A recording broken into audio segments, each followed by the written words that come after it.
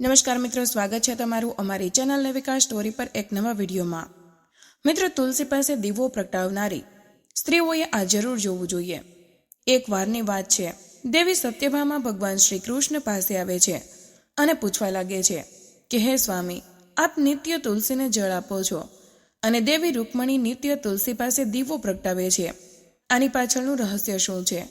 કૃપા કરીને આપ મને તુલસીને જળ આપવાનું અને તુલસી પાસે દીવો પ્રગટાવવાનું મહાત્મ્ય સમજાવો।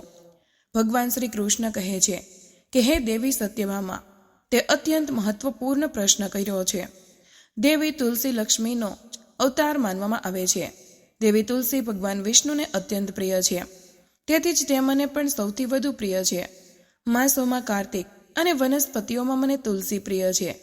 જે પણ મનુષ્ય તુલસીને જળ આપે છે તેના પર મારી કૃપા સદાય બની રહે છે અને ધન સમૃદ્ધિ વધે છે।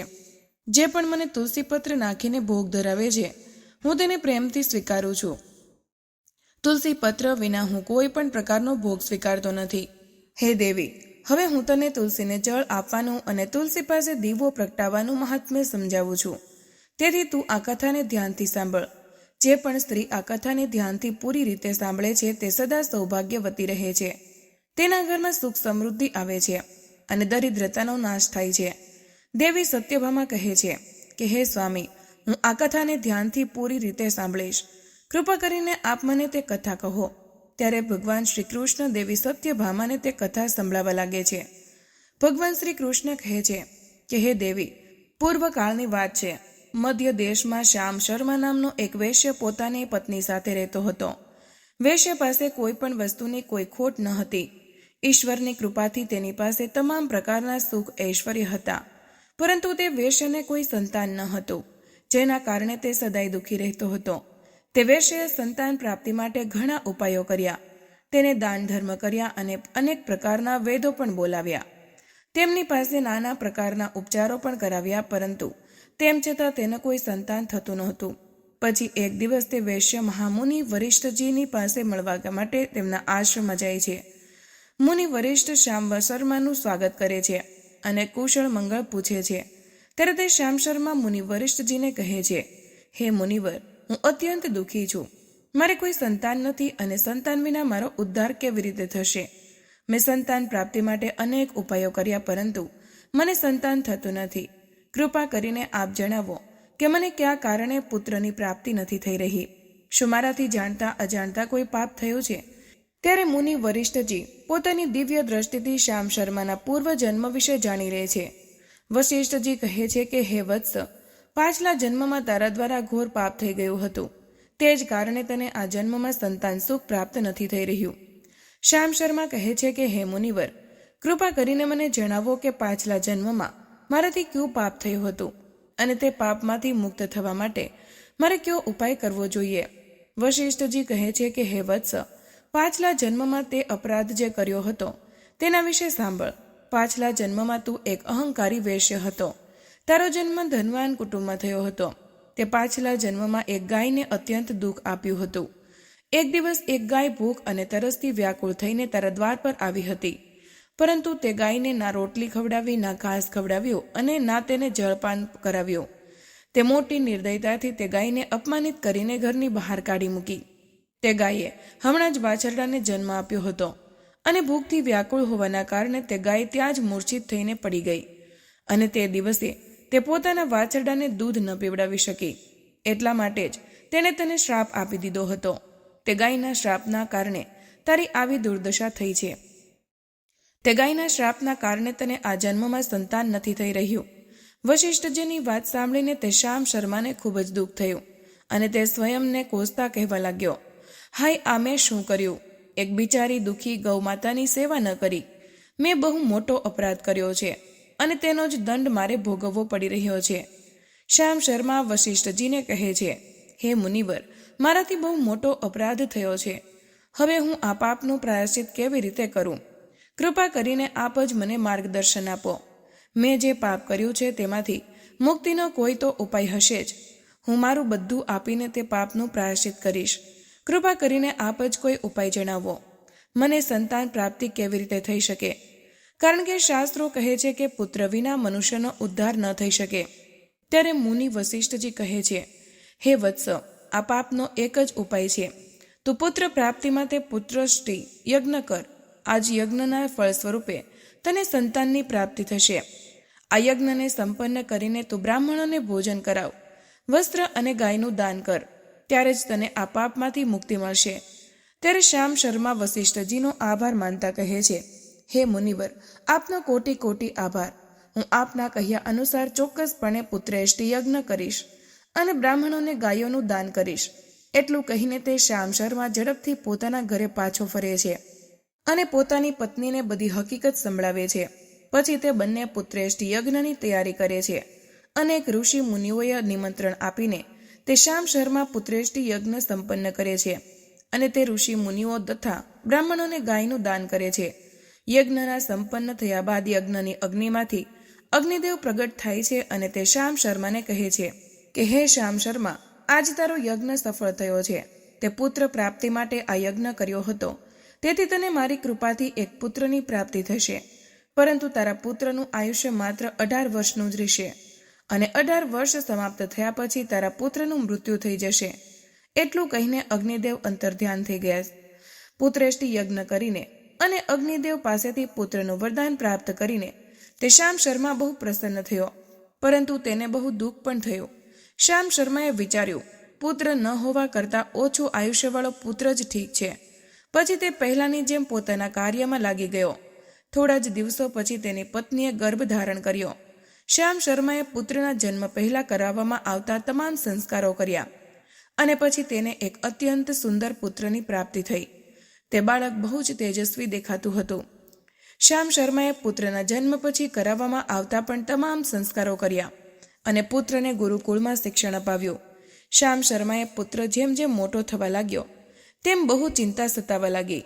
પછી જ્યારે તેનો પુત્ર 16 વર્ષનો થયો તો શ્યામ શર્માની પત્નીએ તેને કહ્યું, હે નાથ, હવે આપણે આપણા પુત્રના લગ્ન કરાવી દેવા જોઈએ. આપણો પુત્ર હવે લગ્ન યોગ્ય થઈ ગયો છે. શ્યામ શર્માએ કહ્યું કે હે પ્રિય, વિધિના વિધાન અનુસાર આપણા પુત્રનું આયુષ્ય માત્ર 18 વર્ષનું જ છે. 18 વર્ષ પછી આપણા પુત્રનું મૃત્યુ થઈ જશે.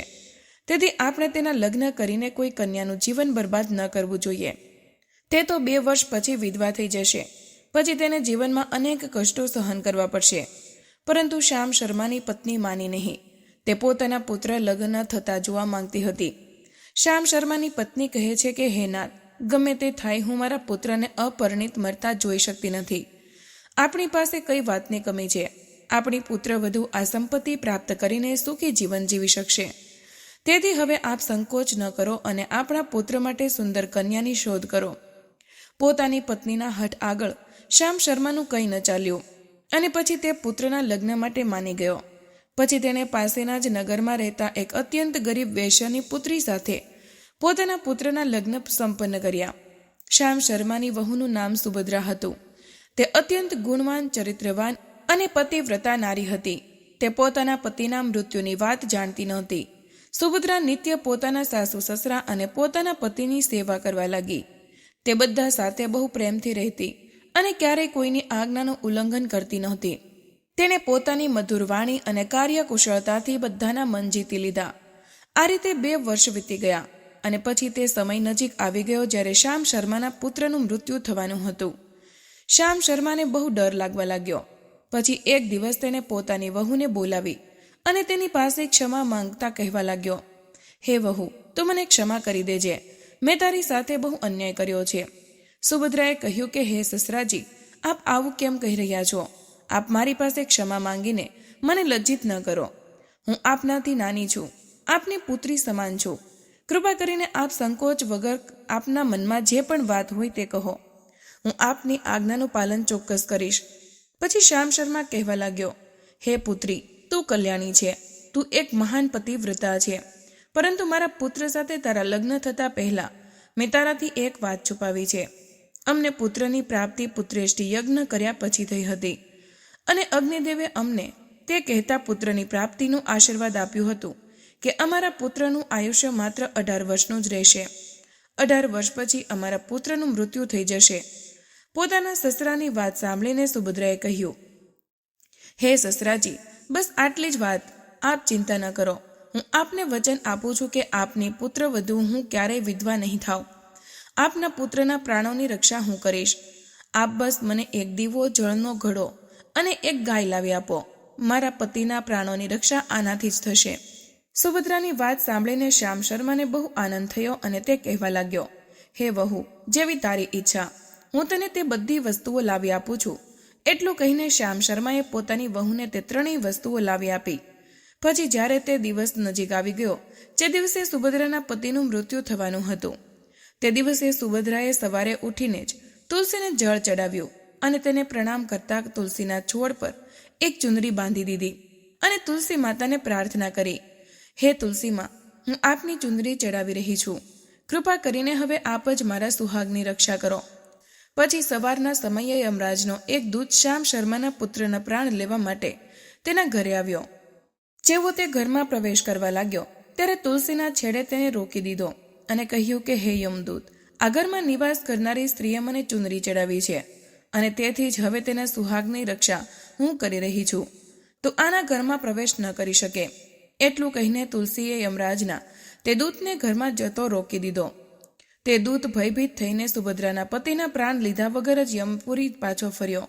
યમપુરીમાં જઈને તેને યમરાજને કહ્યું, હે ધર્મરાજ, હું ધરતી લોક પર એક પુરુષના પ્રાણ લેવા માટે ગયો હતો, પરંતુ તુલસીના છોડે મારો રસ્તો રોક્યો. તે તુલસીના છોડને કારણે હું ઘરમાં પ્રવેશ નથી કરી શકતો. આ વાત પર યમરાજને બહુ ક્રોધ આવ્યો. પછી તેમણે અન્ય બે દૂતોને બોલાવ્યા અને કહ્યું, હે દૂતો, તમે હવે સાંજના સમયે સુભદ્રાના ઘરે જાઓ. જ્યારે તુલસીનો છોડ સૂતો હશે ત્યારે તમે તેના પતિના પ્રાણ લઈને યમલોક આવી જાઓ. પછી સાંજના સમયે યમદૂતના બે દૂતો સુભદ્રાના ઘર તરફ નીકળી પડ્યા. સુભદ્રાએ સાંજ પડતા જ તુલસી પાસે એક દીવો પ્રગટાવી દીધો અને તેને પ્રાર્થના કરી, હે દીપક, હવે તું જ મારા પતિના પ્રાણોની રક્ષા કર. યમરાજના દૂત મારા પતિના પ્રાણ લેવા માટે આવી રહ્યા છે. પછી સાંજ પડી ગઈ.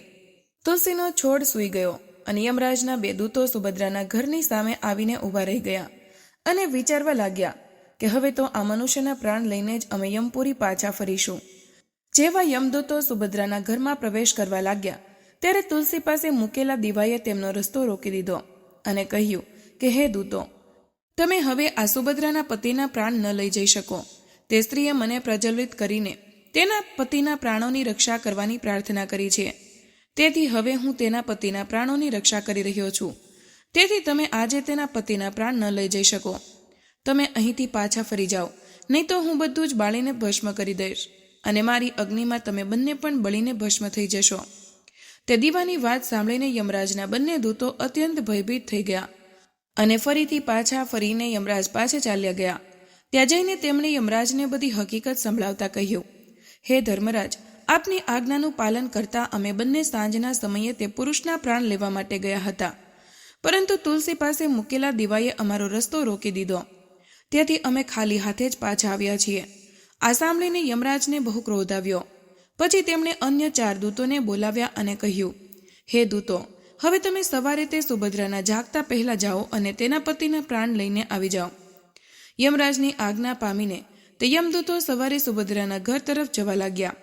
પરંતુ અહીં સુભદ્રાએ રાત્રે જ ઘરના દરવાજાની સામે જળથી ભરેલો લોટો મૂકી દીધો હતો અને તેને પ્રાર્થના કરી હતી કે હે જલ દેવતા, હવે આપ જ મારા પતિની રક્ષા કરો.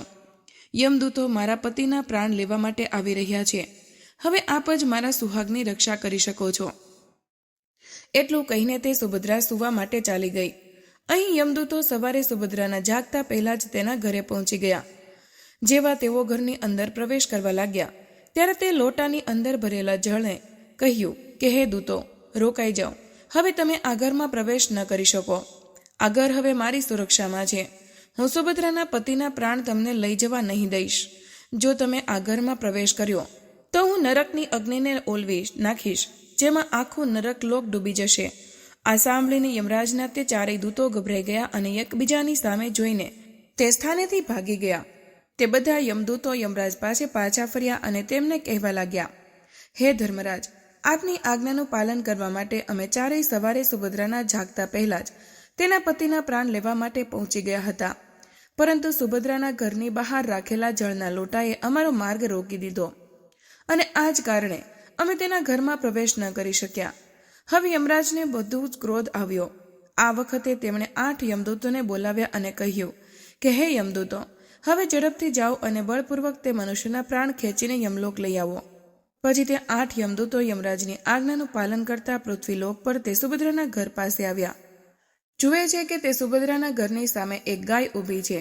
સુભદ્રાએ યમદૂતોના આવતા પહેલા જ પોતાના ઘરની સામે ગાયને બાંધી દીધી હતી અને ગૌમાતાને વિનંતી કરી હતી કે હે ગૌમાતા, આજે યમદૂતો મારા પતિના પ્રાણ લેવા માટે આવી રહ્યા છે. હવે આપ જ મારા સુહાગની રક્ષા કરી શકો છો. હે ગૌમાતા, હું આપના શરણે આવી છું. કૃપા કરીને મને વિધવા થતા બચાવી લો. તે ગાયે કહ્યું કે હે પુત્રી, તું ચિંતા ન કર. તારા પતિના પ્રાણોની રક્ષા હું સ્વયં કરીશ. મારા હોવા છતાં યમદૂતો તારા ઘરમાં પ્રવેશ નહીં કરી શકે. તેથી તું ચિંતા મુક્ત થઈને ઘરમાં તારા પતિની સેવા કર. પછી જેવા તે યમદૂતો ઘરની અંદર પ્રવેશ કરવા માટે આગળ વધે છે ત્યારે તે ગાય તેમને રોકી દે છે અને કહે છે કે હે યમદૂતો, તમે અહીંથી જ પાછા ફરી જાઓ. આ ઘરમાં તમે લોકો પ્રવેશ ન કરી શકો. આ ઘરની રક્ષા હું કરી રહી છું. મારા રહેતા કોઈ પણ આ ઘરની અંદર પ્રવેશ ન કરી શકે. જો તમે ઘરની અંદર પ્રવેશ કરવાનો પ્રયત્ન કર્યો તો હું તમને બધાને શ્રાપ આપી દઈશ. જો તમારા આ ઘરની અંદર પ્રવેશ કરવો હોય તો તમારે પહેલા મારા પ્રાણ લેવા પડશે અને તમને બધાને ગૌ હત્યાનું પાપ લાગશે, જેનું કોઈ પ્રાયશ્ચિત નથી. ત્યાં હાજર તમામ યમદૂતો ગાય દ્વારા શ્રાપ આપવાની વાત સાંભળીને ભયભીત થઈ ગયા. તેઓ જાણતા હતા કે ગાય દ્વારા આપવામાં આવેલો શ્રાપ માંથી કોઈ મુક્તિ ન કરી શકે અને ગૌ હત્યા તો સંસારનો સૌથી ઘોર અપરાધ અને મહાપાપ છે, જેનું કોઈ પ્રાયશ્ચિત પણ નથી. તેથી તેઓ બધા ત્યાંથી પાછા ફરીને યમરાજ પાસે ચાલ્યા ગયા. યમપુરી જઈને તે યમદૂતોએ યમરાજને બધી હકીકત સંભળાવતા કહ્યું, હે ધર્મરાજ, તે સુભદ્રાના પતિના પ્રાણોની રક્ષા એક ગાય કરી રહી છે. તે ગાયે અમને શ્રાપ આપવાની વાત કરી, તેથી અમે બધા ભયભીત થઈને પાછા ફરી આવ્યા છીએ. અમારામાં ગાયનો સામનો કરવાની શક્તિ નથી. તે યમદૂતોની વાત સાંભળીને યમરાજ લાલચોળ થઈ ગયા અને સ્વયં પાડા પર બેસવાર થઈને પૃથ્વી લોક તરફ નીકળી ગયા. યમરાજ પોતાના પાડા પર સવાર થઈને તે સુભદ્રાના ઘર પાસે આવે છે. યમરાજને પોતાના ઘરની સામે ઉભેલા જોઈને સુભદ્રા ભયભીત થઈ જાય છે અને જલ્દીથી આવીને યમરાજના ચરણ સ્પર્શ કરીને તેમને નમસ્કાર કરે છે અને તેમની સ્તુતિ કરવા લાગે છે. હે સૂર્યપુત્ર યમરાજ, આપ તો ત્રણેય લોકના પ્રાણીઓ પર કૃપા કરનારા મહાન દેવતા છો. આ સંસારના સમસ્ત પ્રાણીઓના પાપ અને પુણ્યનો હિસાબ આપ પોતાની પાસે રાખો છો. હે ન્યાયના દેવ ધર્મરાજ, હું સત્ય ધર્મનું પાલન કરનારી પતિવ્રતા સ્ત્રી છું. હું આપને વારંવાર નમસ્કાર કરું છું. કૃપા કરીને મને આશીર્વાદ આપો. સુભદ્રા દ્વારા કરવામાં આવેલી સ્તુતિથી યમરાજ અત્યંત પ્રસન્ન થાય છે અને તેને અજાણતામાં જ સદા સૌભાગ્યવતી રહે તેવો આશીર્વાદ આપી દે છે. પછી જ્યારે યમરાજ સુભદ્રાના પતિના પ્રાણ લઈ જવા માટે આગળ વધે છે ત્યારે સુભદ્રા કહે છે કે હે ધર્મરાજ, આપે હમણાં જ મને સદા સૌભાગ્યવતી રહેવાનો આશીર્વાદ આપ્યો અને હવે આપ મારા પતિના પ્રાણ લેવા જઈ રહ્યા છો. આનાથી તો આપનો આશીર્વાદ જૂઠો સાબિત થઈ જશે. આ સાંભળીને ધર્મરાજ રોકાઈ જાય છે અને સુભદ્રા તરફ જોઈને સ્મિત કરવા લાગે છે. સુભદ્રાના નિર્મળ હૃદય અને પોતાના પતિ પ્રત્યે સમર્પણ ભાવ જોઈને યમરાજ અત્યંત પ્રસન્ન થાય છે. સુભદ્રા તરફ જોઈને યમરાજ કહે છે કે હે પુત્રી, આજે તે સાક્ષાત મૃત્યુને જ પરાજિત કર્યું છે. હું તારા પતિવ્રતા ધર્મથી અત્યંત પ્રસન્ન છું. હવે હું તારા પતિના પ્રાણ બક્ષી દઉં છું. તારી જે પણ મનોકામના હોય તે મારી પાસે માંગી લે. ત્યારે સુભદ્રાએ કહ્યું કે હે ધર્મરાજ, હું મારા પતિ માટે 100 વર્ષનું આયુષ્ય માંગુ છું. મારા માટે મારા પતિ જ પરમેશ્વર છે. હું મારા પતિને છોડીને જીવિત રહી શકતી નથી. તેથી આપ મને આજ વરદાન આપો. ત્યારે યમરાજ પ્રસન્ન થઈને કહે છે, તથાસ્તુ. હે કલ્યાણી, આજથી જે પણ સ્ત્રી પોતાના ઘરની સામે તુલસીનો છોડ લગાવે છે, તુલસી પાસે સાંજે દીવો પ્રગટાવે છે, જે ઘરની સામે ગાય બંધાયેલી હોય છે અને જે સ્ત્રી પોતાના ઘરની સામે જળનો લોટો રાખે છે, તેના ઘરમાં ક્યારેય મારા દૂતો પ્રવેશ નહીં કરે. એટલું કહીને યમરાજ તે સ્થાનેથી અંતર્ધ્યાન થઈ જાય છે. ભગવાન શ્રી કૃષ્ણ કહે છે કે હે દેવી, આ રીતે તે સુભદ્રાએ પોતાના પતિવ્રતા ધર્મનું પાલન કરીને તેનું મૃત્યુ ટાળી દીધું હતું. તેથી જ જે પણ સ્ત્રી પોતાના ઘરની સામે તુલસીનો છોડ લગાવે છે, રોજે સાંજે તુલસી પાસે દીવો પ્રગટાવે છે, તેના ઘરમાં મૃત્યુ પ્રવેશ નથી કરતું. જે ઘરની સામે ગાય બંધાયેલી હોય છે તે ઘરમાં ક્યારેય દુઃખ દરિદ્રતા નથી આવતી. જે સ્ત્રી પોતાના ઘરની સામે જળથી ભરેલો લોટો રાખે છે તેના ઘરમાં ક્યારેય શોક થતો નથી. તો મિત્રો, આ રીતે ભગવાન શ્રી કૃષ્ણે દેવી સત્યભામાને તુલસી પાસે દીવો પ્રગટાવવાનું મહત્વ સમજાવ્યું છે. તો મિત્રો, આજનો વિડીયો અહીં પૂર્ણ કરીએ છીએ. આજની આ માહિતી તમને કેવી લાગી અને આ વિડીયો કયા શહેરમાંથી સાંભળી રહ્યા છો તે કમેન્ટમાં જરૂર જણાવજો. માહિતી પસંદ આવી હોય તો વિડીયોને લાઇક અને તમારા મિત્રો સાથે શેર કરજો. ચેનલ પર નવા હોય તો ચેનલને સબસ્ક્રાઇબ કરવાનું ભૂલશો નહીં. મળીએ એક નવા વિડીયોમાં. ત્યાં સુધી બધાને જય શ્રી કૃષ્ણ. ધન્યવાદ.